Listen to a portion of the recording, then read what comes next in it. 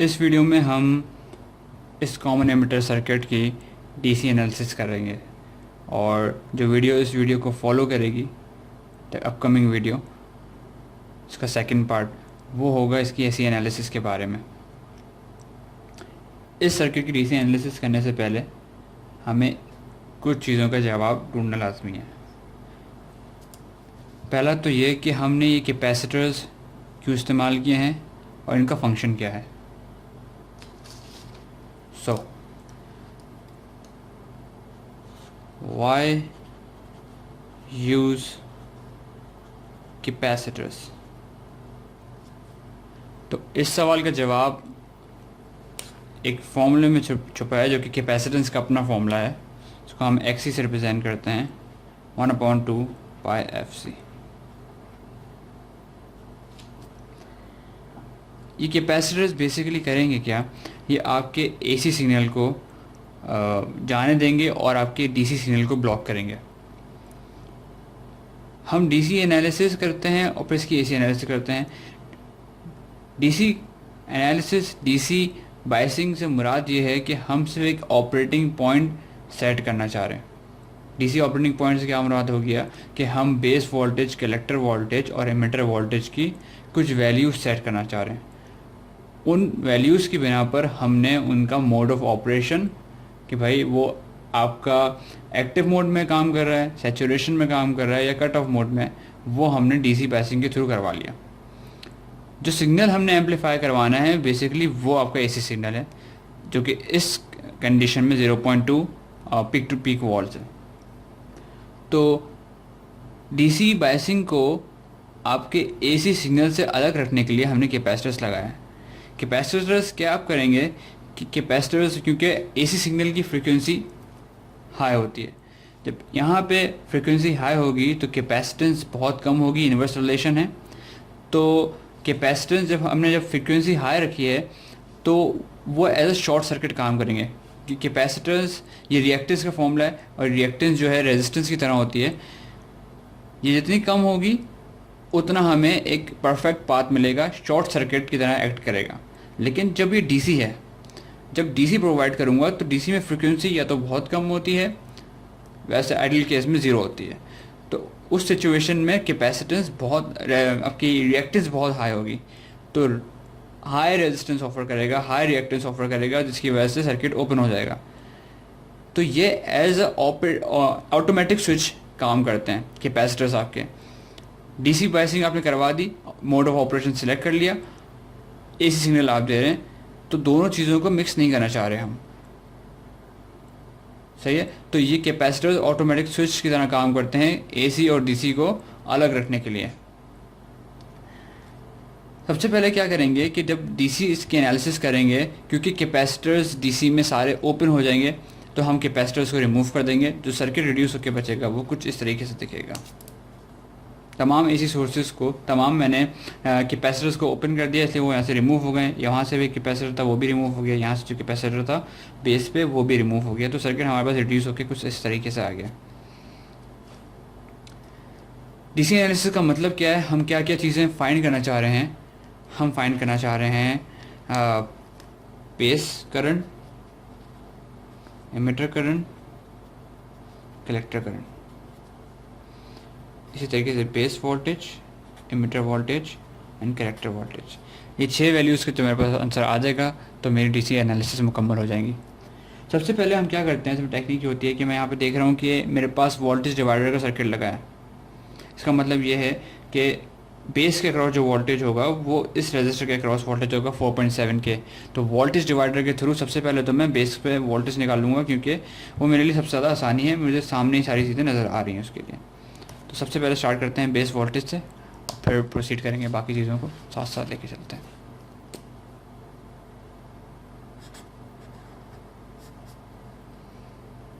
Voltage divider का simple formula लगेगा, 4.7 के क्रॉस में वोल्टेज निकालना चाह रहा हूँ तो मैं इसको ऊपर रखूँगा।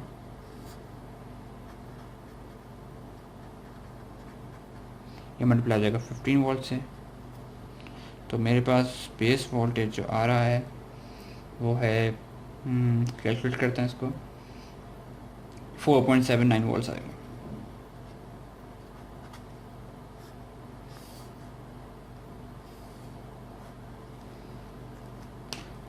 कलेक्टर वोल्टेज पे मूव करेंगे।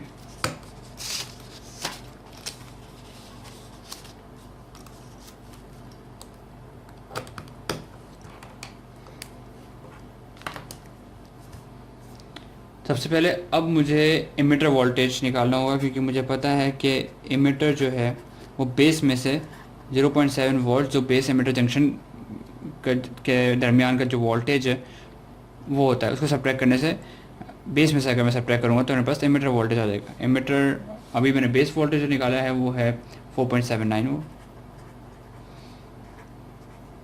मेरे पास आंसर आ जाएगा 4.09 वोल्ट्स। इसके बाद मैं चलता हूँ इमिटर करंट की जानिब।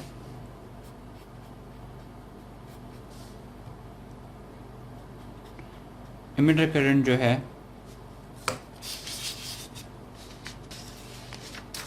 वो सिंपली मुझे जब इमिटर के अक्रॉस का वोल्टेज VE मालूम हो गया है तो उसमें से जब मैं resistance V use to IR ohm's law के थ्रू माइनस करूँगा और डिवाइड करूँगा तो मेरे पास करंट आ जाएगा।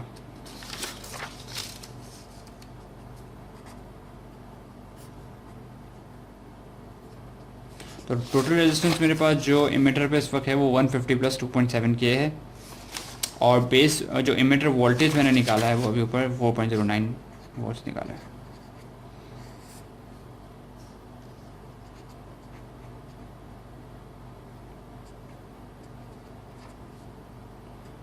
तो वो मेरे पास कुछ आंसर आएगा इस तरीके से 1.43 मिली एम्पेयर। अब यहाँ मैं एक स्टेटमेंट लिखूँगा क्योंकि BJT में इमिटर करंट जो है वो कलेक्टर करंट के अप्रॉक्सीमेटली इक्वल होता है, क्योंकि हमारे पास फॉर्मूला क्या होता है I=IB प्लस IC। क्योंकि बेस करंट बहुत छोटा होता है इसलिए I और IC को हम अप्रॉक्सीमेटली बराबर ले सकते हैं। तो I जब IC के अप्रॉक्सीमेटली बराबर आ जाएगा तो IC की वैल्यू भी 1.43 मिली एम्प्स आ जाएगी। अच्छा, हमारे पास I आ गया, VE आ गया और VB आ गया। अब इधर है क्या गया है, VC रहता है हमारे पास, और सही है VC। सबसे ज़्यादा हम VC निकालेंगे। VC आपका होता है VCC माइनस ICRC। मैं देख रहा हूँ कि यहाँ पे मेरे पास 15 वोल्ट VCC है और ये मेरे पास बेस वोल्टेज है। ठीक, ऐसा करते हैं यहाँ पे तमाम वोल्टेज को इंडिकेट कर देते हैं। यहाँ इमिटर वोल्टेज और ये रहा मेरा बेस वोल्टेज।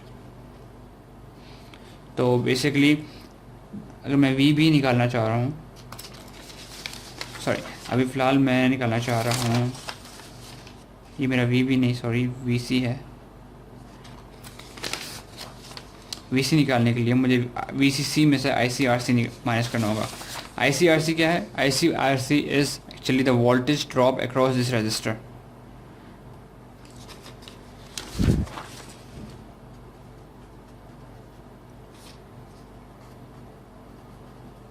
RC की वैल्यू हमारे पास पीछे से देखते हैं क्या थी। RC की वैल्यू 3.9 के है।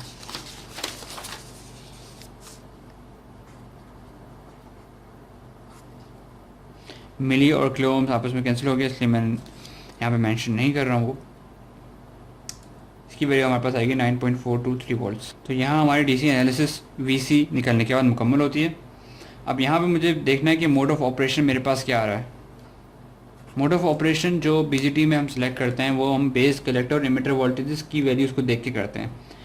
अगर कलेक्टर का वोल्टेज बेस के वोल्टेज से और इमिटर के वोल्टेज से बड़ा आ रहा है तो हमारे पास वो एक्टिव मोड में काम कर रहा होता है, जिसमें हम एम्पलीफिकेशन कर सकते हैं अपने सिग्नल की। तो मैंने अभी क्या कंडीशन बताई है कि अगर VC बड़ा है VB से और VB बड़ा है VE से तो ये एक्टिव मोड की कंडीशन होती है। अब हम देखते हैं कि हमारे पास वैल्यू क्या आ रही है। VC की वैल्यू हमारे पास 9.43 है, इसको वैल्यू से देखते हैं 9.43 423 volts actually 423 volts. So let's see कि बेस वोल्टेज क्या है।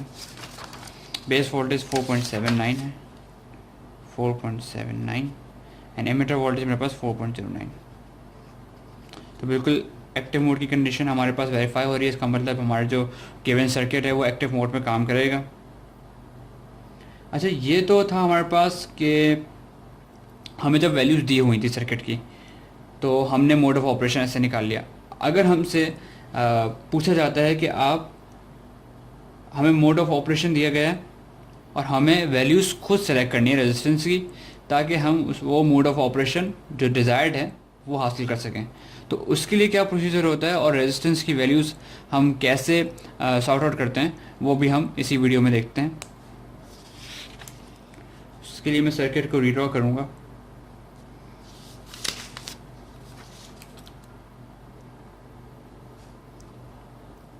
तो उसके लिए हमें क्या करना होगा कि हमें सबसे पहले तो उनके फॉर्मूलाज को कवर करना होगा, वीसी, वीबी और वीई के।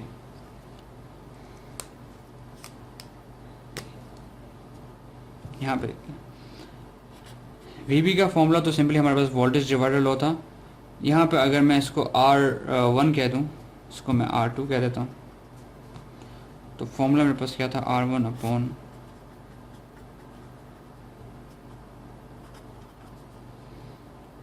इस तरीके से एमिटर जो वोल्टेज था हमारे पास वो VB माइनस 0.7 वोल्ट्स था और कलेक्टर वोल्टेज था VCC माइनस ICRC। तो हम एक्टिव मोड को सामने रखते हुए बात करेंगे। अगर मुझे एक्टिव मोड चाहिए था तो कंडीशन मेरे पास क्या थी, कंडीशन मेरे पास ये थी, sorry condition VC should be greater than VB should be greater than VE। इसके लिए मुझे पता है कि मुझे कलेक्टर वोल्टेज ज़्यादा रखना है, तो इसके लिए मुझे RC की वैल्यू बाकी रेजिस्टेंस के मुकाबले में इस तरीके से रखनी होगी कि VCC में से कुछ फैक्टर माइनस हो कि VC की वैल्यू आए। जो VC की वैल्यू आए वो बाकी वोल्टेज से ज़्यादा हो, VB और VE से ज़्यादा हो। इसका मतलब ये हुआ कि मुझे RC जो है, जो कि ये वाला रजिस्टर डायग्राम में बाकी रेजिस्टेंस के मुकाबले में थोड़ा कम रखना होगा, ताकि वो कम फैक्टर माइनस हो तो VC की वैल्यू ज़्यादा है। अच्छा, यहाँ पे फिर VB की बात करते हैं। VB मैं देख रहा हूँ कि R1 R2 दोनों पर डिपेंडेंट है। यही वजह है कि R2 को हमने इंक्लूड किया है, R2 बिला वजह नहीं लगाया गया है, बल्कि वो आपके सर्किट के बेस वोल्टेज की वैल्यू को एक जगह स्पेसिफाई करने के लिए काम कर रहा है फॉर्मूले में, क्योंकि नीचे R2 मौजूद है। तो रेजिस्टेंस की वैल्यू फॉर्मूलाज को नज़र में रखते हुए हम कम ज़्यादा करके देख सकते हैं कि हमें कौन सा मोड ऑफ ऑपरेशन रिक्वायर्ड है, उसमें कौन से वोल्टेज की वैल्यू हमें कितनी रखनी है, किसको ज़्यादा रखना है, किसको कम रखना है। तो बेसिकली इन फॉर्मूलाज को नज़र में रखते हुए, उनकी रेजिस्टेंस को वेरी करते हुए हम उनका मोड ऑफ ऑपरेशन आराम से सिलेक्ट कर सकते हैं, या डिज़ायर्ड मोड ऑफ ऑपरेशन को हासिल करने के लिए रेजिस्टेंस की वैल्यूज़ चेंज कर सकते हैं। इस वीडियो के लिए इतना ही था। सो अब हम मिलते हैं अपनी नेक्स्ट वीडियो में, जिसमें हम AC एनालिसिस करेंगे।